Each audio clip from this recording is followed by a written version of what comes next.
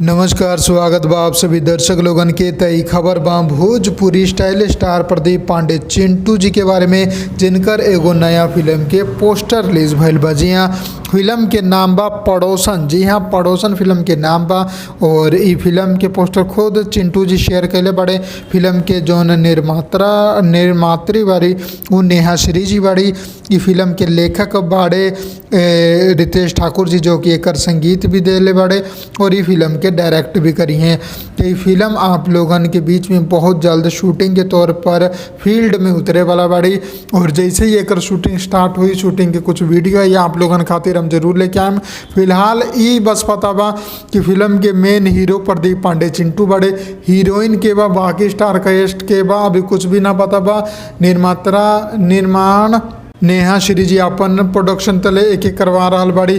बाकी जौन भी अपडेट हुई आप लोगन के देते रहे। फर्स्ट लुक रिलीज भइल बा, जो ना कि आप लोग ट्रेलर लुक कहनी वो आप लोग देखिए लेनी सामने स्क्रीन पर। अगर वीडियो पसंद आयल बा तो लाइक करी और ज़्यादा से ज़्यादा शेयर करके चैनल के सब्सक्राइब जरूर कर ली।